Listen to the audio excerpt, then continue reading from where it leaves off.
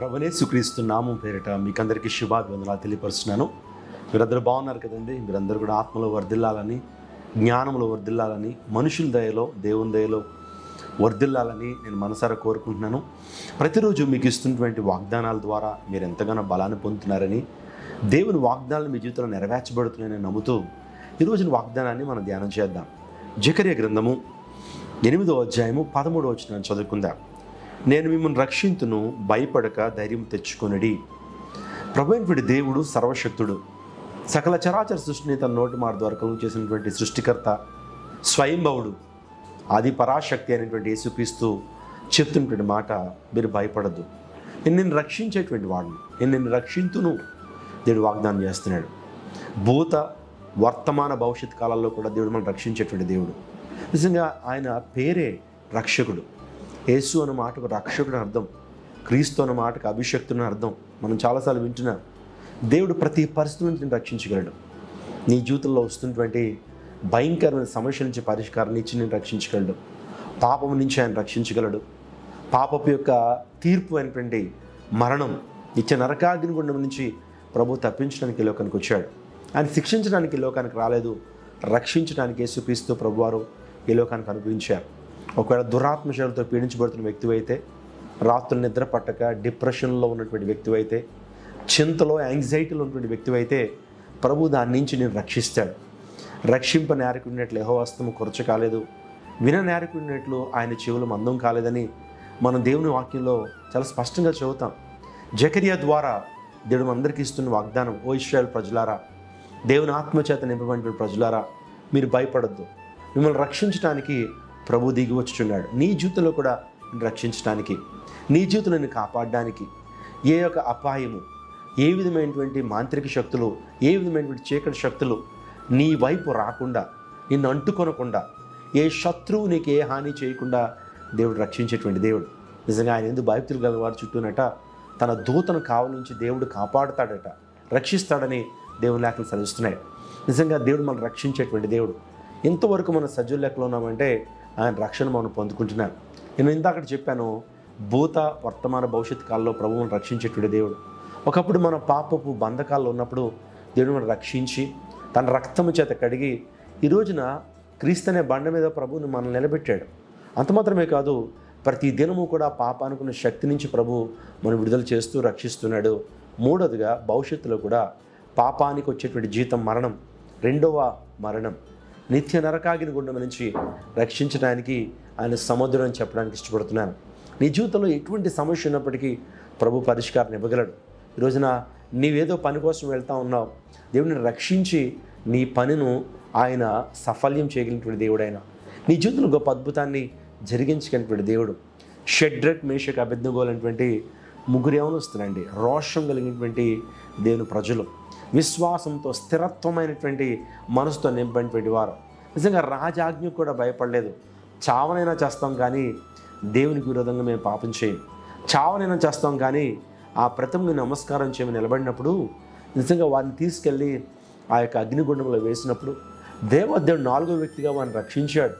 అగ్ని గుండా మీరు వెళ్తున్నప్పటికీ అవి నిన్ను కాల్చు జాలవని దేవుని వాగ్దానం వారి పట్ల నెరవేర్చాడు. నిన్ను కూడా దేవుడు రక్షించగలడు. నీ పాపము నుంచి, పాప దాస్యత్వం నుంచి, అంధకార చీకటి దురాత్మ శక్తిని రక్షించగలడు. అనారోగ్యాలతో ఉన్నవా దేవుని స్వస్థపరచగలడు.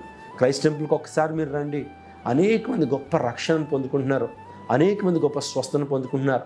క్యాన్సర్ కణితులు కరిగిపోతూ ఉన్నాయి, అనేక మంది గర్భఫలములు పొందుకుంటూ ఉన్నారు. దేవుడు గొప్ప కార్యాలు, ఆర్థరైటిస్తో బాధపడుతున్నటువంటి వారు, షుగర్తో బాధపడుతున్నటువంటి వారు, థైరాయిడ్తో బాధపడుతున్నటువంటి వారు, కిడ్నీ సంబంధ రోగులతో బాధపడుతున్నటువంటి వారు దేవుడు రక్షణ ఇచ్చి వారిని నిలబెడతా ఉన్నాడు. అందును బట్టి విజయవాడ పట్ల దేవుడు గొప్ప ఉజ్జీవాన్ని ఈ పరిచయం ద్వారా దేవుడు ఎల్లం చేస్తున్నాడు. మరొకసారి ఈ వాగ్దానాన్ని మీరు క్లెయిమ్ చేయండి. ప్రభు దిగి వస్తున్నాడు రక్షించడానికి. కనుక భయపడొద్దు. ప్రభు మనకు రక్షకుడుగా, ప్రభు మనకు వెలుగు ఉన్నప్పుడు ఎవరికి భయపడతాం మనం? When God is my light and salvation, whom shawl I fear. మనం ఏ ఒక్కరికి భయపడినక్కర్లా, ఏ సాతాను శక్తికి భయపడినక్కర్లా, ఏ అధికారికి మనం భయపడినక్కర్లా. దేవుడు అంత గొప్ప ధైర్యాన్ని తన వాక్యము ద్వారా, తన ఆత్మ ద్వారా దేవుడు మనకు అనుగ్రహిస్తున్నాడు. ఈ రోజున దేవాదేవుడు గొప్ప దీవెన, గొప్ప ఆశీర్వాదము, నీ కోరిక సిద్ధింపబడాలని, నీ ఆశ నెరవేర్చబడాలని నేను మనసారా కోరుకుంటున్నాను. దేవుడు అటువంటి గొప్ప కృప నీకు అనుగ్రహించును గాక.